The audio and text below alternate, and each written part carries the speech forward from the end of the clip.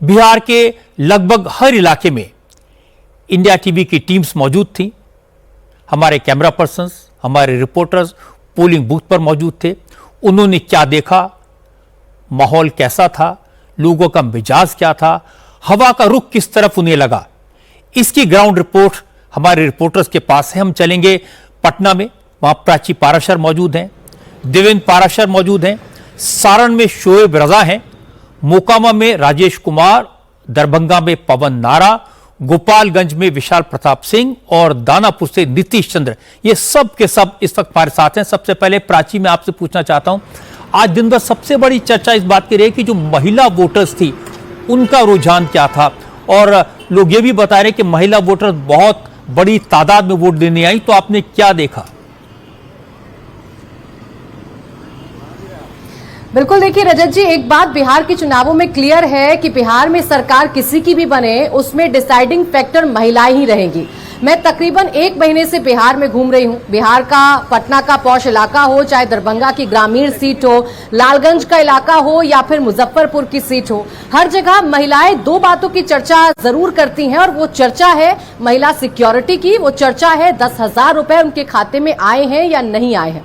इस वक्त मैं पटना में मौजूद हूं, रात के 9 बज चुके हैं, अभी भी सड़कों पर स्कूटी पर जाती हुई महिलाएं हमें नजर आती हैं। रात में देर रात तक महिलाएं अपनी शॉप्स पर काम करती हुई नजर आती हैं, और ये महिलाओं के बीच में चर्चा का विषय है। वो ये बात करती हैं कि हमें ऐसा ही माहौल चाहिए। वो महिलाएं ये बात करती हैं कि हमें सुरक्षित रहना है, हम सड़कों पर कम से कम बाहर निकल रहे हैं तो हमें ये महसूस नहीं होता कि हम घर पहुंचेंगे तो ऐसा तो नहीं हमारे साथ कुछ अनहोनी हो जाएगी।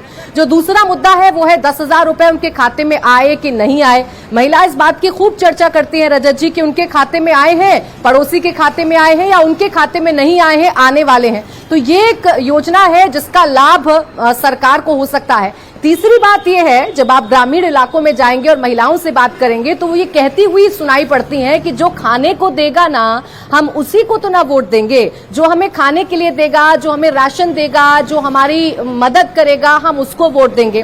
तो ये 3 ऐसे फैक्टर हैं जिन पर महिलाएं चर्चा भी करती हैं। और आज जब पोलिंग बूथ्स पर हम घूम रहे थे तो हमने देखा कि पुरुषों के मुकाबले महिलाओं की तादाद ज्यादा थी, लंबी लंबी लाइनें थी। महिलाएं कुछ बात कर रही थीं, कुछ महिलाएं थीं जो बात करने में थोड़ा संकोच कर रही थीं, लेकिन जितना भी हमने उनको पढ़ने की कोशिश की, उनसे बात करने की कोशिश की, महिलाएं यही कहती हुई नजर आई कि हम सुरक्षा को अपनी प्रायोरिटी पर रखेंगे, हम विमेन सिक्योरिटी को अपनी प्रायोरिटी पर रखेंगे।